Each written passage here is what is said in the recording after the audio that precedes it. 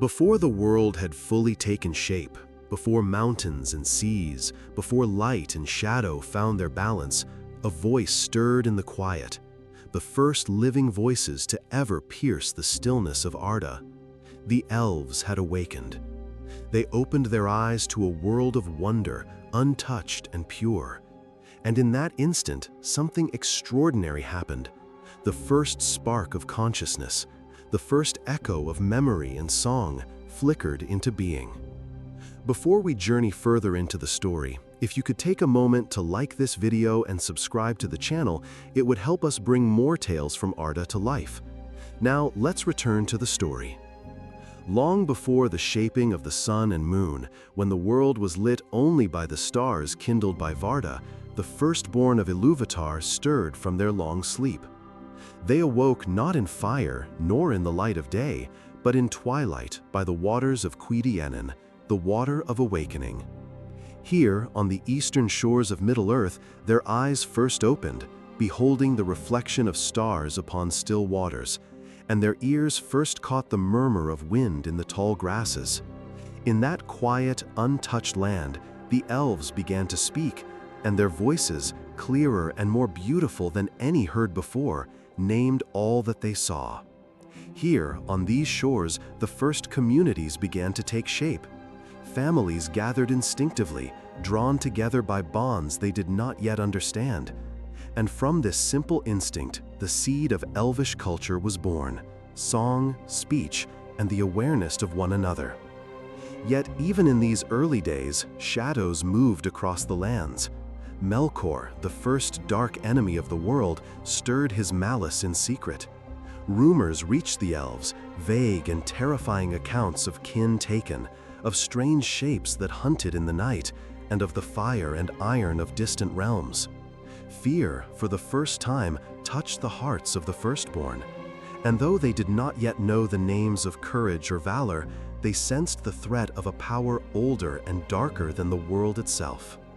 It was in this hour of uncertainty that Oromë, the hunter of the Valar, rode forth through the forests and hills. His voice was a trumpet across the waters, calling to the elves, offering them a choice that would shape the destiny of all Arda: to leave the quiet and perilous shores of Cuivienen and journey westward to Amen, the undying lands, to dwell beneath the light of the two trees and in the protection of the Valar, or to remain in the east, exposed to shadow, but free to live in the lands of their awakening.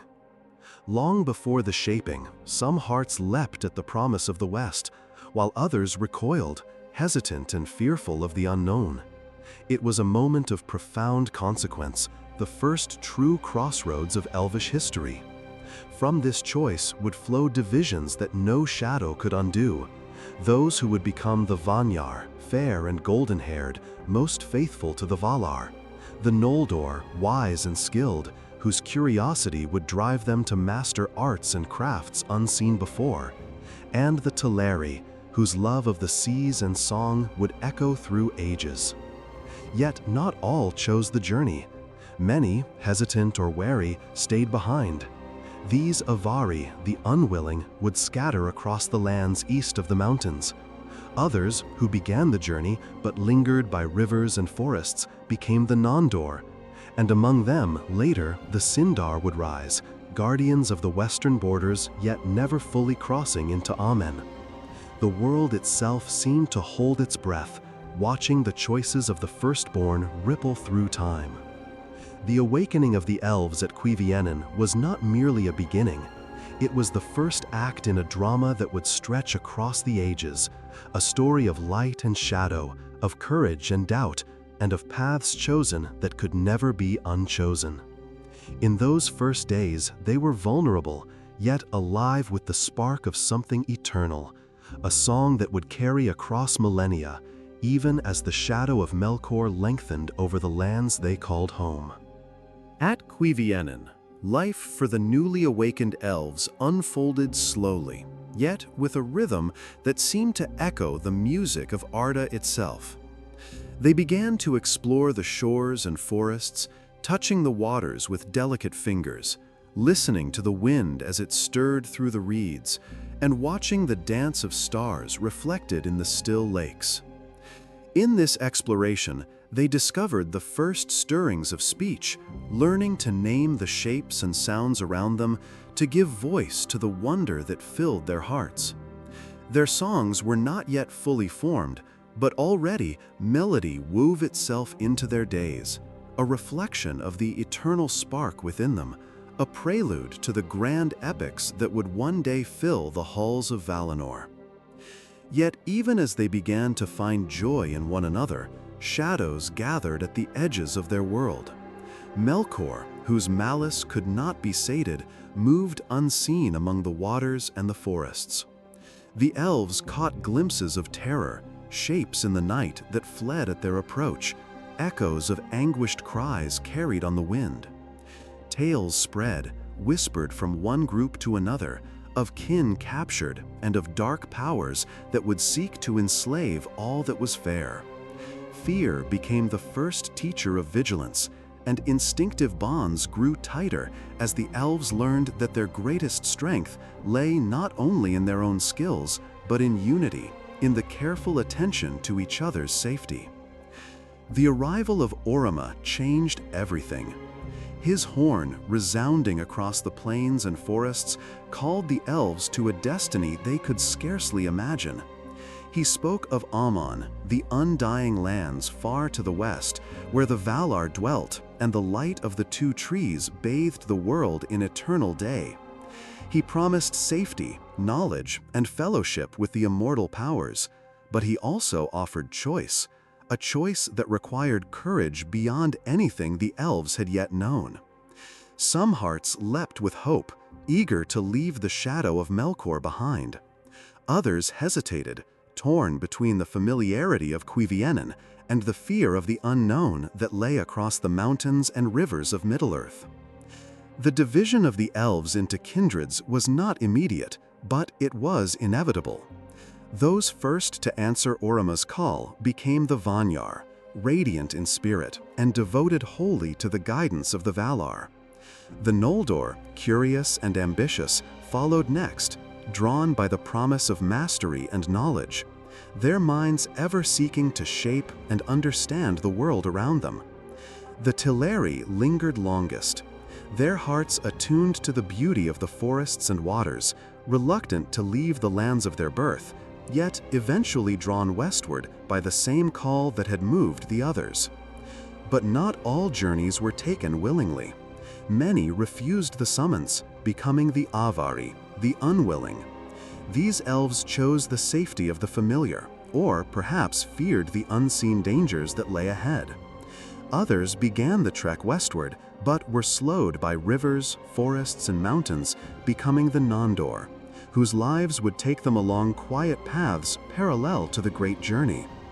And among the western remnants who never reached Aman, the Sindar arose, their culture deeply tied to the lands they inhabited, guardians of the twilight edges of the world, forever changed by the journey they did not complete. In these first decades, the elves were learning not only to survive, but to endure, to carry the light within themselves, even as the darkness of Melkor pressed ever closer. Song, memory, and kinship became their armor, and the choices they made here at the dawn of their history would echo across ages, shaping the civilizations, kingdoms, and legends of all who followed. The story of Cuivienen was only beginning, yet already it contained the seeds of glory, tragedy, and eternal wonder. The Great Journey, as it came to be known, was more than a migration. It was a trial of spirit, endurance, and loyalty. Those elves who had chosen the path westward faced lands both wondrous and perilous. Forests stretched in seemingly endless green, rivers ran swift and cold, and mountains loomed as silent judges over every step.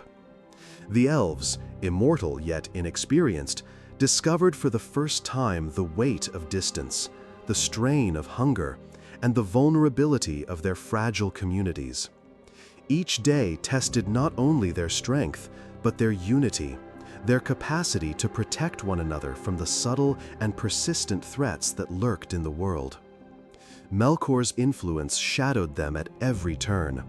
Though he could not strike them openly, he sowed fear and confusion, and whispers of terror reached their ears. Kin lost to sudden disappearances, signs of struggle in distant forests, and the ominous shape of creatures twisted by his malice.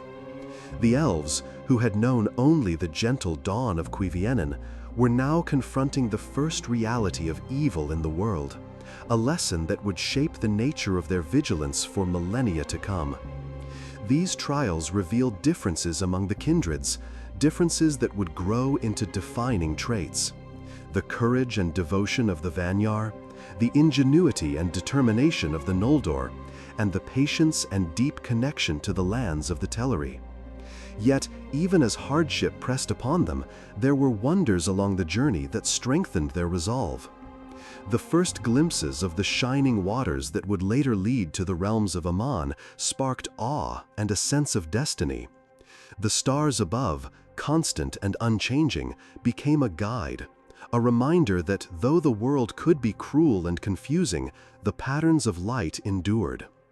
Among these glimpses, the elves discovered their own resilience, their capacity to endure loss, and the first whispers of the artistry that would come to define their civilization: song, craft, and language born from experience, observation, and memory. But the journey was not a single path. Some communities lingered along the rivers and forests, uncertain or unwilling to press onward, giving rise to the Nandor, who walked quiet trails along the borders of the great mountains. Others resisted the journey entirely, becoming the Avari, scattered across the lands of the east, a people who would remain untamed, wary of outsiders, and largely untouched by the guiding hand of the Valar. Those who reached the western lands were transformed, their culture, song, and identity shaped both by the journey and by the choices they had made.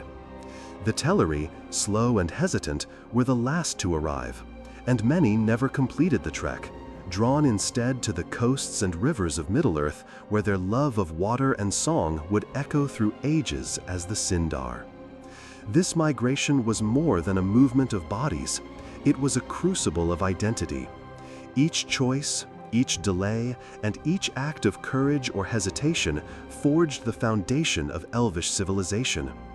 The tales they sang, the names they gave to rivers, mountains, and stars were the first acts of a culture that would endure long after the memory of Cuivienen had faded into legend.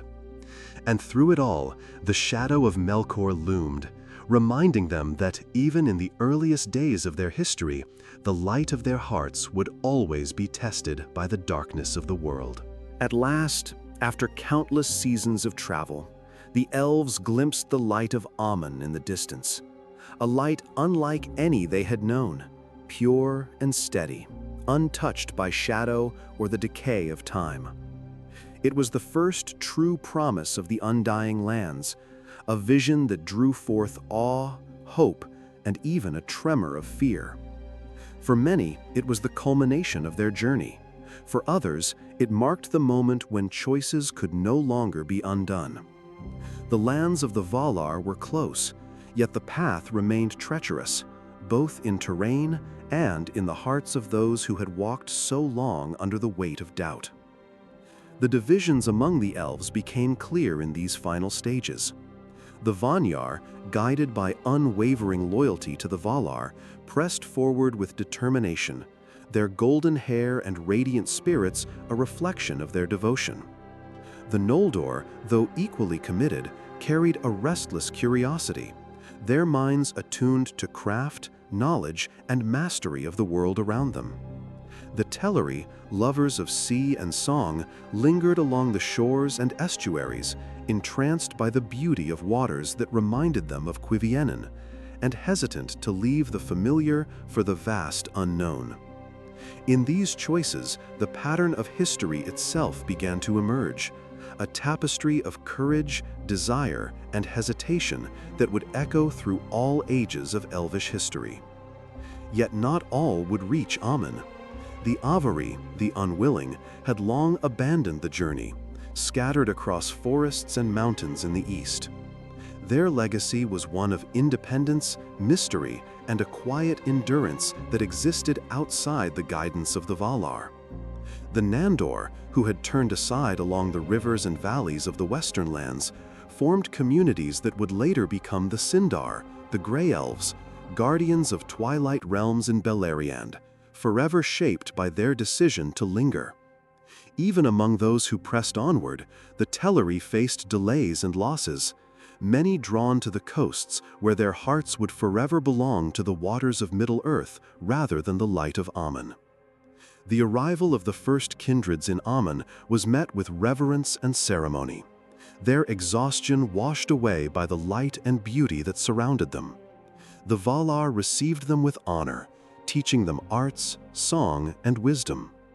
It was a time of wonder, the first flowering of Elvish culture under the guidance of immortal powers, and a moment that would define the trajectory of the Firstborn for millennia. Yet, even in this glory, the shadow of Melkor lingered, a reminder that no light, however brilliant, could ever fully erase the darkness from the hearts of Arda. The story of the awakening, the journey, and the division of the elves at Cuiviénen is a tale of choice, courage, and consequence. It reveals the very essence of what it means to be elvish, immortal yet vulnerable, brilliant yet cautious, drawn to beauty yet ever wary of the shadows that chase them across the ages. Their first steps, their songs, their first divisions all set the stage for the epic dramas, wars, and triumphs that would come to define the history of the children of Ilúvatar. Even as the light of Aman bathed the Firstborn, the world beyond remained uncertain, a land where shadows waited, patient and relentless, for the mistakes and hesitations of those who would shape history. In Aman, the elves discovered a world unlike anything they had imagined, a land where the light of the two trees bathed the earth in silver and gold, and the air itself seemed to hum with the harmony of creation. Here, their songs became more than expressions of wonder. They were teachings, records of memory, and celebrations of the spark of life within them. Under the guidance of the Valar, the Vanyar, Noldor, and Teleri began to cultivate the arts of speech, craft, and wisdom. Language flourished, not as a tool for survival, but as a vessel for beauty and reflection, for understanding the intricate patterns of the world. Song and story became inseparable from their identity, a bridge between the mortal and the eternal, the ephemeral and the timeless. Yet even in Aman, the shadow of Melkor remained a cautionary tale. Stories of his malice, of kin captured or corrupted in the east, reached the ears of the kindreds. The Valar taught them vigilance and the principles of guardianship, showing that wisdom was not merely the accumulation of knowledge, but the ability to perceive danger, to anticipate it, and to resist it without succumbing to fear. These lessons would prove essential in the millennia to come, for though Aman was a sanctuary, the elves' destinies were forever intertwined with the lands of Middle-earth, where the darkness of Melkor still held sway. Meanwhile, those who had remained behind, the Avari and the Nandor, developed in ways uniquely suited to the lands they inhabited. The Avari became secretive, cautious, and resilient, their culture rooted in the forests and highlands of the east, largely untouched by the teachings of the Valar. They preserved an older way of life, closer to the awakening at Cuiviénen, guided more by instinct and memory than by instruction. The Nandor, wandering through rivers and valleys, found themselves shaped by the lands themselves. Their kinship with forests and waterways grew profound, giving rise to traditions of song, craft, and storytelling deeply connected to nature, a reflection of the world as it had been at the dawn of elvish life. In every corner of Arda, the early elves carried traces of their shared awakening, but their paths diverged. The divisions that began at the shores of Cuiviénen became enduring cultural distinctions. The Vanyar remained the devoted and luminous, the Noldor the skilled and ambitious, the Teleri the poetic and maritime, while the Sindar and Nandor reflected the beauty and wisdom of those who lingered, and the Avari the mystery of the unchosen. These divisions were not mere happenstance. They were the result of choices made in moments of fear, wonder, and opportunity, decisions that would echo through the ages in the wars, alliances, and legacies of the Firstborn. Even in these earliest centuries, the story of the Elves was already one of light and shadow intertwined. Their awakening had brought them joy and wonder, but also terror and responsibility. Their songs, their language, and their culture were born not just of beauty, but of survival. And though the light of Amun offered safety and instruction, the world beyond, Middle-earth, still under the shadow of Melkor, remained a place of trial, where courage, wisdom, and unity would always be tested. The choices of the Firstborn had set the course of history, but the unfolding of that history was far from complete. In Aman, the Elves learned to turn their curiosity into mastery. The Vanyar, radiant and devoted, became the living embodiment of harmony and devotion to the Valar. Their songs were praises, their lives devoted to contemplation and the preservation of beauty. The Noldor, driven by insatiable curiosity and a desire to understand the world, mastered craft, lore, and the shaping of materials. It was under their hands that metals were refined, jewels shaped, and intricate works of art created, laying the foundation for a civilization that would one day astonish even the Valar. The Teleri, slower to arrive and more attuned to the rhythm of waters and coasts, developed a deep artistry of song and movement, blending the serenity of the seas with the grace of elvish form, giving voice to the subtleties of nature that others might overlook. Even as each kindred flourished in its own way, bonds persisted. Songs were shared, stories recited, and knowledge passed among them. Though separated by temperament, ambition, and focus, the Firstborn retained the memory of Cuivienen, the waters of their awakening, and the fear that had first driven them to listen to Oromo's call. That memory became a unifying thread, a reminder of their shared origin, and a symbol of what they could endure together. It was here, in the undying lands, that the Elves began to understand the weight of immortality. That time, though vast, was not infinite in meaning, and that every choice carried consequences that could echo for ages. Far to the east, the Avari continued lives shaped by instinct and survival. Their communities were smaller, their knowledge practical, and their traditions oral and private. The shadow of Melkor, though distant, was felt differently among them, not as an immediate threat, but as a lingering presence in the forests, rivers, and hills they called home. For the Nandor, wandering the river valleys, nature itself became their guide, and in these quiet spaces they cultivated skills of observation, patience, and subtlety. Among them arose the Sindar, who would later play a pivotal role in the histories of Beleriand, wise, perceptive, and deeply attuned to both the beauty and dangers of the lands they inhabited. The contrast between those in Aman and those who remained in Middle-earth was profound. One group thrived under instruction and the certainty of light, learning arts and lore that would echo across time. The other adapted to uncertainty and shadow, creating a culture resilient, flexible, and deeply tied to the world in which it lived. Yet despite the divergence, all shared the same origin, the same awakening, and the same spark of Ilúvatar's design. Even the seemingly reluctant or unwilling carried within them the memory of Cuivienen and the instinctive bonds of kinship, which would shape alliances, conflicts, and the unfolding of elvish destiny. In these earliest centuries, the Firstborn were already divided, yet connected. The choices made at Cuiviénen, the steps taken along the great journey, and the decisions to linger or press onward would define the contours of Elvish history.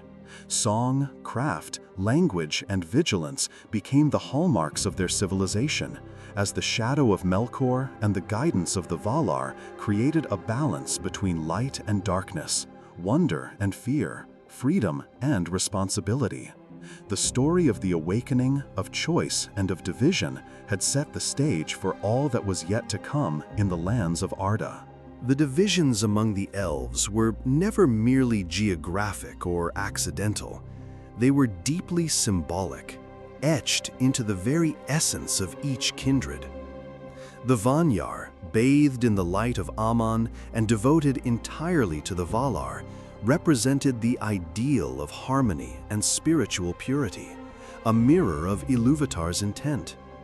Their songs spoke of praise and devotion, their lives of service and contemplation, and in them the early elves glimpsed what their immortal existence could achieve if shaped entirely by wisdom and reverence. The Noldor, by contrast, embodied a restless energy, a curiosity that refused to be contained even by the perfection of Aman. Their minds and hands shaped metals, jewels, and artifacts, creating objects of enduring beauty and power. But with this skill came ambition and pride, traits that would later draw them into conflict and sorrow. Even in these early years, the Valar recognized in the Noldor a spark that could illuminate the world, or, if unchecked, cast shadows upon it. Their mastery of craft, their pursuit of knowledge, and their innate desire to explore boundaries marked them as both brilliant and potentially perilous. The Teleri, slow and deliberate, loved the waters and coasts, and their songs carried the rhythm of the sea. They were patient and observant, attuned to beauty that could be overlooked, and their hearts often lingered in places of quiet reflection rather than in grand pursuits. Yet even in patience there was strength, a recognition that life is a journey as much of the heart as of the body, and that the world, in all its wonder, requires those who can listen and endure, not just act. Their connection to nature and the seas would echo in the generations of Sindar and Nandor, shaping the histories of Beleriand and beyond. Meanwhile, the Avari and Nandor, those who lingered in Middle-earth, carried a different legacy. The Avari, secretive and cautious, became the guardians of hidden knowledge, the quiet observers of the East, preserving ways of life closer to the awakening than any who had crossed to Aman. The Nandor, wandering along rivers and valleys, cultivated subtlety, patience, and adaptability, traits that allowed them to thrive in isolation yet contribute to the greater story of the Firstborn when later encounters occurred. Even the Sindar, whose paths diverged in twilight realms, inherited a deep wisdom born from the decisions to remain or delay, the knowledge that sometimes restraint and observation are as powerful as bold action. In every song sung, every story recited, and every artifact created, the memory of Cuiviénen endured. The spark that had awoken the Firstborn, fragile yet eternal, shaped not only their culture, but their philosophy, their vigilance, and their art. The choices made in those earliest days, the decision to journey west or remain, to act or hesitate, became the defining moments of Elvish history, influencing wars, alliances, and the unfolding of civilizations for millennia. The awakening of the Elves, their first encounters with shadow, the guidance of Oromë, and the divisions into kindreds was not merely a beginning. It was the formation of a civilization. It was a story of light and darkness intertwined, of freedom and responsibility, of curiosity and devotion. From Cuiviénen to Aman, and from the lingering paths of the Nandor to the secretive forests of the Avari, the Firstborn set in motion the threads of destiny that would echo through every age of Arda. The story of the awakening and early beginnings of the Elves is, at its heart, a story of choice. In the quiet waters of Cuiviénen, they awoke without guidance, yet instinctively drawn to one another. In that innocence, they learned the first lessons of kinship, of vigilance, and of wonder. The shadows of Melkor pressed close, reminding them that even in moments of serenity, the world could harbor threats beyond comprehension. It was a lesson they would carry forever, that awareness, courage, and unity were as vital to survival as skill or knowledge. The great journey to Aman was more than a passage through lands and rivers, it was a crucible for identity. The choices of the Firstborn revealed who they were and what they valued. Some, like the Vanyar, sought devotion and harmony. Others, like the Noldor, sought mastery and understanding. The Teleri, attuned to beauty and song, often lingered, their hearts tied to the lands they loved, even as they followed the call westward. Those who delayed or refused, Avari, Nandor, and Sindar, formed cultures rooted in observation, patience, and subtlety, shaping paths that were no less significant than those who reached Aman. These divisions, while practical and circumstantial, carried deep meaning. They were the first steps in the formation of the civilizations, languages, and arts that would define the Elves for millennia. They demonstrated the enduring impact of choice, the consequences of curiosity, devotion, and hesitation, and the ways in which environment and experience shape culture. Each kindred, whether basking in the light of Aman or surviving in the forests and rivers of Middle-earth, preserved the memory of awakening, the echoes of Cuivienen, and the lessons of the great journey. The shadow of Melkor, though distant, remained a constant presence. Even in Aman, the Elves understood that perfection did not shield them from awareness, and that vigilance and wisdom were as necessary in paradise as they had been along the rivers and forests of the East. It was this balance between light and shadow, knowledge and instinct, devotion and curiosity that became the defining principle of Elvish existence. Every song, every artifact, every tale carried within it the duality of their beginnings, the wonder of awakening and the ever-present echo of danger. Ultimately, the story of the awakening and early days of the Elves is not simply a tale of beginnings. It is a reflection on the nature of choice, growth, and destiny. From Cuivienen to Aman, from the hesitant rivers of the Nandor to the hidden forests of the Avari, the Firstborn learned that the paths they chose would define not just their own lives, but the history of all who would come after them. And though they were immortal, the lessons of courage, wisdom, and unity learned in those earliest days would guide them through ages yet to unfold, shaping the story of Arda. The awakening of the Elves at Cuivienen was a moment unlike any other in the history of Arda.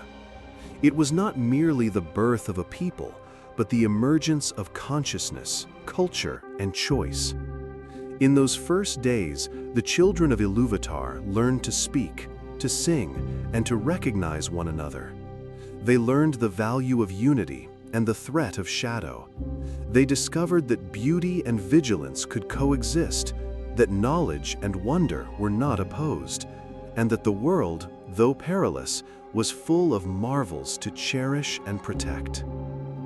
The great journey to Aman revealed both their potential and their limitations. Those who pressed forward, guided by Oromë's call, embraced a destiny intertwined with the light of the Valar.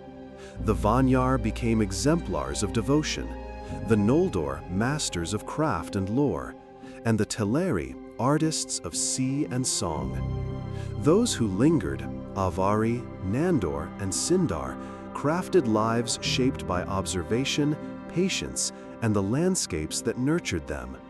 Each path, whether toward Aman or in the forests of Middle-earth, carried significance. Each choice etched itself into the story of Elvish history, a legacy that would endure across ages and continents. Even as the Firstborn flourished, the shadow of Melkor remained a persistent reminder that light and darkness are inseparable in the tapestry of existence.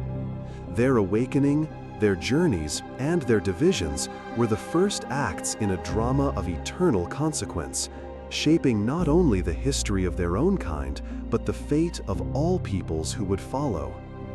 The echoes of Cuiviénen, the memory of fear and wonder, and the lessons learned under the guidance of the Valar became a foundation upon which the arts, wisdom, and vigilance of the Elves would be built. In reflecting on their beginnings, one sees that the story of the Elves is a story of duality, light and shadow, curiosity and restraint, devotion and independence. It is a reminder that even immortal beings must choose their paths carefully, that each decision, no matter how small, carries weight beyond comprehension.